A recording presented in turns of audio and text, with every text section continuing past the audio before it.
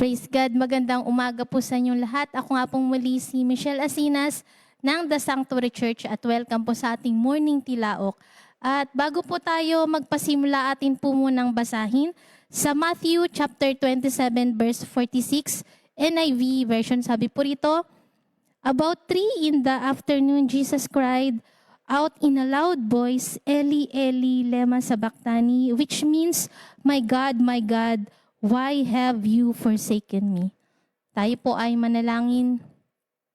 Lord, maraming pong salamat muli sa panibagong buhay at kalakasan na binibigay niyo po sa amin. At muli sa umagang to, kayo po ang patuloy na manghuna sa amin dahil wala po kaming magagawa kung wala po ang inyong patnubay sa talatang aming binasa at pagbubulay-bulayan. Kayo po ang patuloy na magbigay ng mensahe sa bawat nakikinig at gamitin niyo lamang po ako para sa inyong kapurihan. Maraming pong salamat. In Jesus' name, Amen. At ang akin pong devotion sa umagang to ay pinamagatan ko pong Never Forsaken. So alam naman po natin, nalalapit na po yung every year kasi ay nire-reminisce natin yung ginawang sacrifice ng ating Panginoong Jesus, na doon pinakita niya talaga ang kanyang pagmamahal sa bawat isa atin dahil hindi po talaga biro yung kanyang naranasan sa cross of Calvary, na alam naman po natin nakaranas siya ng sobrang paghihirap, abandonment, at talaga naman na sobrang suffering ang naranasan ng ating Panginoong Jesus para lang tayo ay magkaroon ng kaligtasan. Kaya nga po kung babalikan po natin yung ating verse na nabasa, ito po yung kanyang nasabi na, which means na sabi nga, my God, why have you forsaken me?" Ito po isa sa mga last words na nasabi ng ating Panginoong Diyos. At kung titignan po natin, kasi ito yung madalas na nasasabi ng isang tao na feeling niya na separate siya sa family, na abandoned, forsaken, out of na isang taong sobrang lungkot. Di ba mga kapatid, ito yung madalas na nasasabi. Nung time na yon mga kapatid, hindi lang po yung physical pain na nararanasan ng ating Panginoong Jesus, pati yung emotional pain na naramdaman niya dun sa mga tao na nang iwan sa kanya, at halo-halo ng emotion. Ganon naman tayo, di ba, kapag nasa ganong sitwasyon. Ito po yung ating nasasabi. At ito po yung theme natin for this week. Yung ating Savior, yung suffering na ginawa niya para sa atin, para sa pagmamahal niya sa bawat isa sa atin. At makikita natin yung matinding sacrifice na ginawa ng ating Panginoong Diyos. Na kasi nung time na yon, yung sala ng buong mundo ay nakapasan sa Kanya. Sobrang bigat. Kaya nga may tinatawag na po na nagkaroon po ng separation.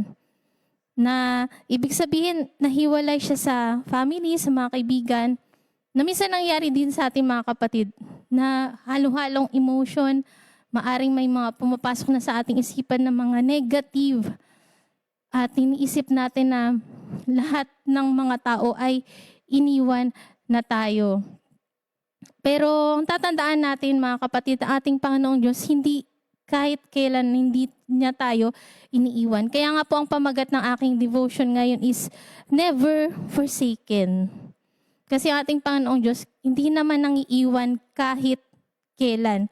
Kaya ito po yung mga bagay na dapat nating tatandaan. Kapag minsan nakakaramdam tayo na we are abandoned, iniwan, neglected.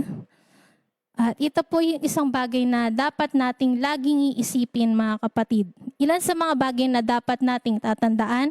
Number 1, nothing can separate us from the love of God. Ito po yung sinabi sa Romans na kahit kamatayan man, anumang pagsubok, ay hindi makakapagpahiwalay sa atin sa pagmamahal sa atin na ating Panginoong Diyos. Anumang kabiguan, anumang nararanasan natin, hindi dapat yun makapag-separate sa pagmamahal ng ating Panginoong Diyos sa atin.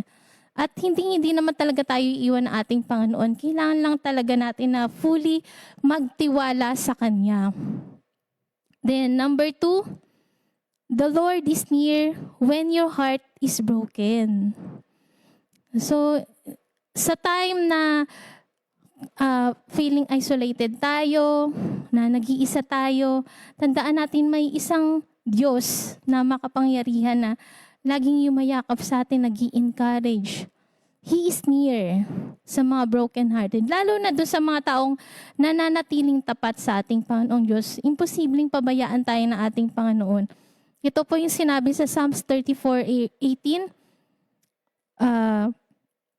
God is close to those who are broken-hearted. Ibig sabihin po, mga kapatid, na hindi niya tayo iiwan. Sa anumang laban ng buhay, nandyan siya parati sa atin. Never na ipapa-feel niya sa atin na nag-iisa tayo. Diba? Meron nga po tayong famous na isang tula na lagi nating na babasa minsan sa mga poster na yung The Footprints in the Sand. Mga kapatid, na sa time na nanghihina tayo, sa time ng mga pagsubok, alam natin na binubuhat tayo ng ating Panginoong Diyos at hindi niya tayo iniiwan. Then, number 3, think of His goodness every day. Kasi pagising pa lang natin sa umaga, God is already proven yung kanyang love sa atin eh.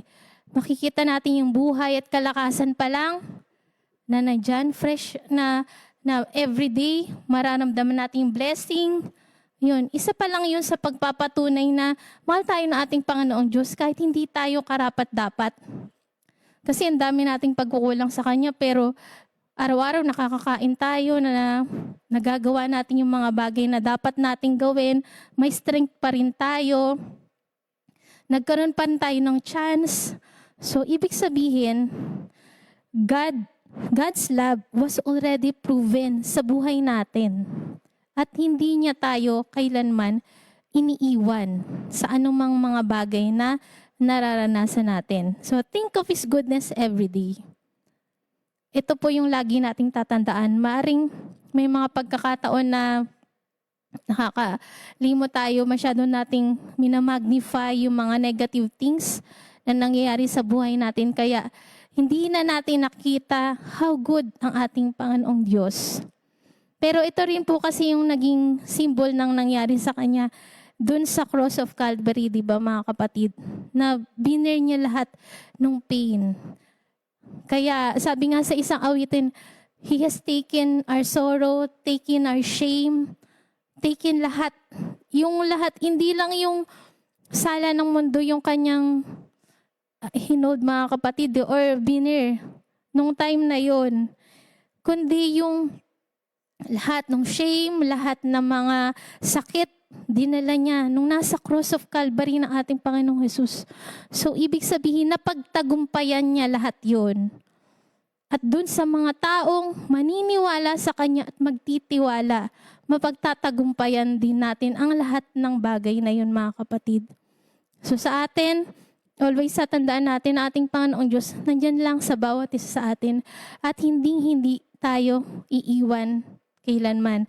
Kung may mga pagkakataon na mamagnify na natin yung mga negative things, masyado nating nafo-focus dun sa mga hindi magagandang bagay, always alisin po natin yung tingin natin dyan. Look unto Jesus.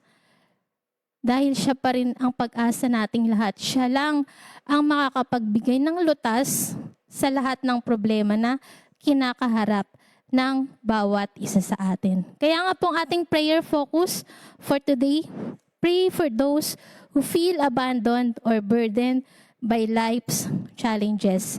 At isa rin po sa pagpipray natin, pray for the country and elect officials. Pray to place our nation and those in authorities under God's loving direction. Tayo po ay manalangin. Lord, maraming pong salamat muli sa lahat ng po ng bagay na ginawa niyo po sa cross pa lang po ng Calvary. You have already proven, Lord, ang inyong pagmamahal sa bawat isa amin. Help us to always realize yon, hindi lamang sa mga ganitong panahon, kundi everyday, ma-realize po namin kung gaano po yung sacrifice na ginawa niyo po para sa amin. Kung paano niyo pong binigay ang buhay niyo po para lang magkaroon kami ng kaligtasan. Nawa, itanim niyo po sa aming puso't isipan yan na lahat ng bagay na yan na kabutihan na ginagawa niyo po sa bawat isa sa amin. At alam po namin na never na iniwan niyo po kami sa anumang laban. Never, Lord, na nineglect niyo po kami. At alam po namin na lagi po kayo nandyan para sa amin. Marami pong salamat kasi hindi po kayo nananawa na kami ay abutin, paalalahanan sa lahat ng bagay na yan. Maraming salamat pong muli, Jesus. At ganun din po, patuloy din po namin sinasamo ang mga country and elect officials, Lord, ng aming bansa. Kayo pong patuloy na manguna sa kanila. At nawa magkaroon po ng realization. Makita po nila ang iyong kalooban. Yun po ang kanilang sundin. At nawa mamayani pa rin po ang inyong kanaisan, Lord, sa bansang ito.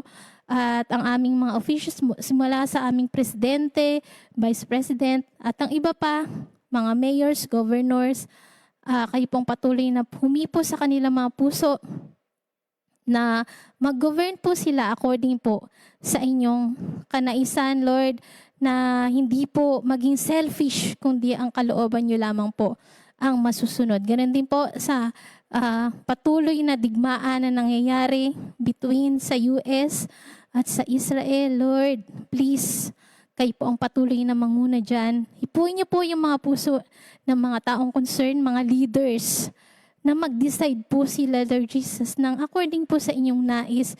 Control everything, Lord, sa mga lugar na yan.